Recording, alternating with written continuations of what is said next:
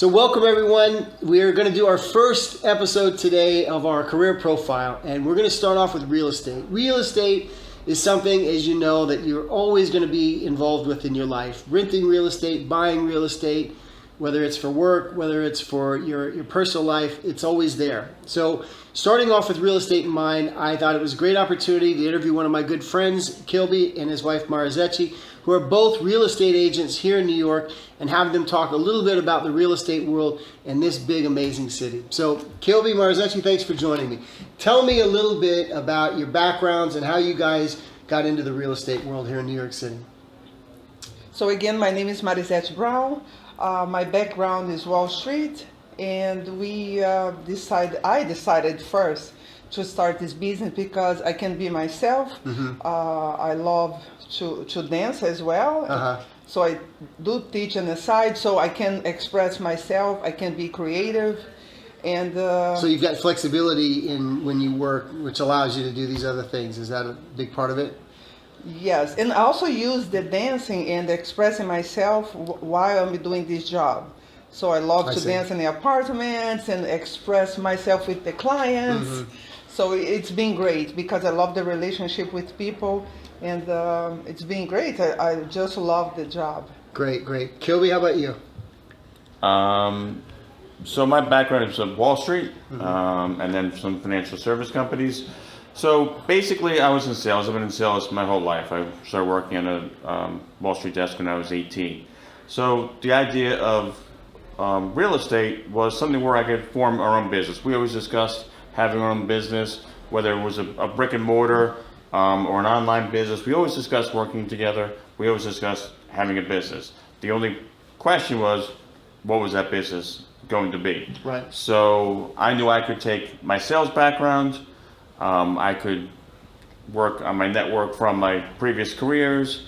Marizete is more creative, so the combination of the two of us together, we both love New York. Marizete is originally from Brazil, but she fell in love with New York City.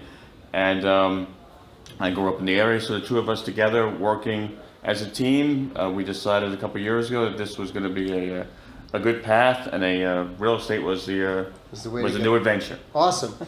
What can you tell me about your current roles in real estate? And what I mean by that is sort of like, what's a typical day in the life? What are some of the problems you see and deal with on a regular basis? So, well, that's a very, very broad question. I'm sure. Real estate is beyond what anyone really imagines. So I'll kind of break it down very quickly. People might watch $1 Million Listing. They see these famous guys that have gorgeous multi-million-dollar homes, and every other day they're selling another multi-million-dollar apartment. It's just super easy, right? That's super easy. Ha ha. It's laughing, jokes, and drinking. That's not what life is all about. We work at City Habitats, which is one of the kind of more like a hybrid firm. So it's the #1 rental firm in New York City, but it also is, in the top 10-ish. I'm not sure the number. Sales firm as well. So basically what happens is if someone is a newer agent, they either come to the company, maybe they work with a senior agent in the mentorship program, or they would join a team. Teams are a very big thing in real estate now. If they start on their own, what they might do is basically renting apartments.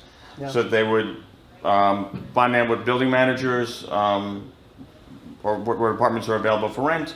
They would pick up their camera, they would go out, and they would preview apartments. So the keys are, that was interesting, no pun intended, the key is the key. How to get into the apartment. How to get into the building. Get the access. Finding the value, and then basically setting up a list of apartments that you can see, taking pictures, and advertising. Getting the word. How do you two get the word out? What kind of advertising do you like to do? So we use the website from the firm. And other websites we use social media. And how do people find you on social media? What addresses do they look for? So we have our website in Facebook, which the property has New York City team. Kilby and I, we have our emails there, our phone numbers. We also are on Instagram, LinkedIn, and Twitter. So on Instagram, I'm Kilby the Man in the Hat. She's Marizete Browne 10. On LinkedIn, which is Kilby Browne, Marizete Browne, the Property Hats New York City team. Okay. So we advertise through the company, which spreads it all out there to sites like Trulio or New York Times or a lot of naked apartments. A lot of like 20, 25 different websites, and then we do our own social media. Okay, gotcha. If you were to come into contact with, say, someone from another country that was moving here to New York City for, say, school or a job relocation or something like that, what type of documents, what sort of things would they need to initiate a conversation with you about renting an apartment? It's very interesting because we just had a client out last Thursday. They were Brazilian, okay. But Marizete can tell you some of the issues and some of the challenges and some of the documents that might be involved. Exactly. So for a foreign to come here and rent an apartment, it's not very easy. So they really need a real estate agent to help them because they don't have the documentation that's required by the landlords or the management companies. So we find options, the buildings and the management companies that will accept their situation. So they might have to give an extra security because they don't have the documentation. Credit history and things like that. They don't have credit history, they don't have ID, so they might have to give 6 months up front, 4 months, 5 months. We can always negotiate for them. So that kind of thing is negotiable though in this market. How many months up front and things like that? Correct. And we can get them approved, with our expertise, with our knowledge, and knowing the management companies that will accept them. Okay. We work with many landlords that we can talk to them directly and try to find a place for the foreigners. Okay. So just to kind of take a step back, if you're an American with U.S. credit history, they would look at your job. So if you come to New York the first time, you got a new job. So letterhead from the company, what's your salary, what are the terms, how long you're here for, your W-2s, pay stubs, license, bank statements. Those are generally the things that a landlord will ask. And good credit. You have to have good credit. Very important. Okay. And then the question could be, if it's an international student, you might be able to find a landlord who will accept the entire year up front. There are many landlords who do not accept upfront money. They don't accept a year up front. They don't accept 6 months up front. Why not? Why would that be? They want to see a history, a track record of getting paid every single month because they think that if someone comes in and gives them a year up front, that once the 12 months is up, that person has not shown any way of paying every month, and they might just stay there. And then they're going to have to take them to court, call the police, try to find a way to evict them. And they're much more comfortable with saying, this person makes $150,000 with Google. They're going to be able to pay my $2,500 a month because I've seen their pay stub, I've seen their W-2, and I know that they're going to pay me every month. And in a year from now, I'm not going to have a problem because I know they're going to be able to have the money in the bank to pay. So it really sounds like some of the difficulties that you're going to run into if you're coming here from a foreign country, primarily it's going to be your bank history, your credit history, and then your legal documentation or whatever documents or passport. So passport, visa, how long, what type of visa you're here on, how long that is, what year, 2 years, how long that's good for. Those are some of the issues. Pets, believe it or not, our client last week actually had 2 dogs. Okay. Having 1 dog in the city is a problem, let alone having 2 dogs. Sure. So we had a person who had 2 dogs. Basically, no credit history in the U.S., foreign. No job because they were students, and they wanted to pay money up front. Wow. So the goal isn't for the person to walk around the street looking at buildings saying, where can I find it? The goal is for us and our experience. We have managers here. We have many agents who've done this for many years. Sure. Is say, what management company will accept this type of story? This may be a hard question to answer, but if you get a case like this that you just described, what would be the typical amount of time it might take that person to find something here in New York City? And I know there's no standard case, but on average, what would you say? Well, you can... Well, we spent, for example, this Brazilian lady, we spent 2 days. I showed a few places that I found that day that she came in. what was available in the market. So, and then she wanted to see a few more options. The second day, I showed her a few more new apartments that came in the market that accepted her situation, and she put an application the second day. So was she accepted? Has she been accepted yet? Yes. Why? Because we made a lot of phone calls and contact the landlord, explain the situation, and she was accepted, paying 1 year up front. So this is a lot of the value that, as a real estate agent, you're going to play for these people that would come and look for an apartment, is the behind the scenes, talking to the landlord, access to the keys, things they'll have no ability to do or no even concept that it's happening.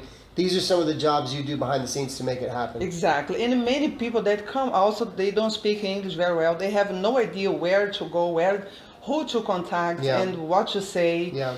So that's why we come, and then with our expertise, we find the place and the management companies that will accept them. Okay. So instead of them spending like days and days, in 2 days, 3 days, or even in 1 day, some people come straight from the airport here. Sure. One time I had a student came straight from the airport. We found a place the same day for him. He got approved in the next day. So situations like that, when we know which management company to call, and then we can find the solution quickly. Much more fast. Yeah. Correct. Speaking of students in foreign markets, as you know, a lot of Chinese students are coming to New York City these days. Are you aware of which neighborhoods they typically are tending to target, or where are those students typically landing here in New York City? Well, usually. Well, I would just jump in for a second and say foreign students in general, because we wouldn't want to say any particular nationality. You do see a lot of them in Queens, maybe Long Island City, parts of Brooklyn, Upper Manhattan. Upper Manhattan. This is like Gramercy, Murray Hill here, so you'll see some students flow there, Lower East Side, near NYU. You see a lot of students end up down in that area. Sure. And then you'll see a lot of students end up Harlem, Hamilton Heights, Upper East Side, Upper parts West of Brooklyn, Columbia, or out to. Okay. Yeah, they usually like to be close to the school, to walk. That's Good. about that. And they want to be close to have an easier life. You know, they can, when they have a break, they go home, they eat something, go back to school. So usually we try to accommodate them close to their school. Right. So okay. we ask a bunch of questions, where they would like to be, where the school is, the trains that they take, and then we try to accommodate the closest possible to the school. Great. One thing, if you don't mind, one thing that we did mention was there are some companies that act as we didn't mention. So in New York, generally, if you're supposed to make 40 times the income. Okay. So if you have a $2,000 apartment, that's basically $80,000 salary. Sometimes landlords ask for a guarantor, and that could be 80 to 90 times the rent. So if someone is here from Minnesota, their parents might have a lot of money, and they can be the guarantor. For an international student, they might not have that. They might not be able to translate well the international, what the parents have back home. So there are companies in New York that act as guarantors. So they process your documents, and the student or client would pay them about a month-ish fee, and then they would act as a guarantor. But we would still have to find the management company that will accept those guarantors. Okay. But we could take that information from these companies along with making the phone calls to find out who can accept it that way. So that is an additional way. So this sounds like a sort of a credit type service that's coming in and vouching for your credit worthiness. They charge a fee for that, but Exactly. Then the landlord gets comfortable with this company's credit, and they don't have to worry about you. Exactly. Is that the basic idea? Yeah, they will be paying the landlord. Okay. And the rent will be paying the company for the service. Okay. So that's the way it works. So basically, for foreign, without documentation, without credit history, or they pay 1 year up front or 6 months, we can always negotiate, or find a firm which is a guarantor that can support them. As we sort of in this interview here, do you have any final thoughts? If foreign buyers, foreign renters were going to be reaching out to you in the future, what's like the one best piece of advice you could give them to be prepared for this process? What would you say? So first of all, they have to bring money.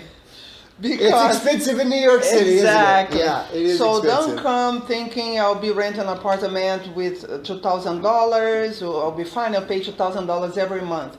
No, we need the landlords, the management companies. You can have $1 million in your country, but if you come to New York, you want to rent a place, doesn't matter how much money you have in your country. You got to have it here, right? You have to have in a country.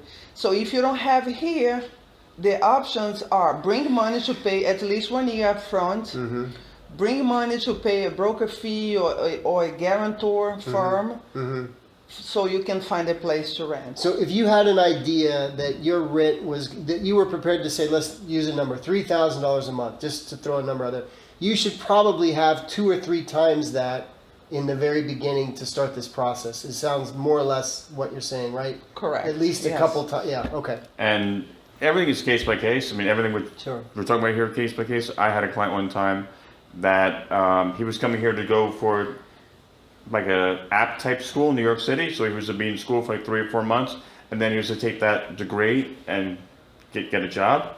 He was moving from another state, originally from another country, and he had about $200,000 in the bank. And he had 2 children, married with 2 children. We applied for an apartment, and this particular landlord denied him because he said that $200,000 was not enough to feed a family of 4 when you didn't have a job, and he just didn't like the setup. So he said no. Okay. So we had to find a different apartment. So it's case by case, by management case, building by building. managing company by that had to be very small. You know, a smallish type owner, not like a large owner that owns 20 or 30 buildings. That owner probably owns, a handful of buildings. Yeah. But we thought we could do it with that landlord. The landlord decided at the very last minute that he wasn't comfortable with the situation. So bring all your documentation.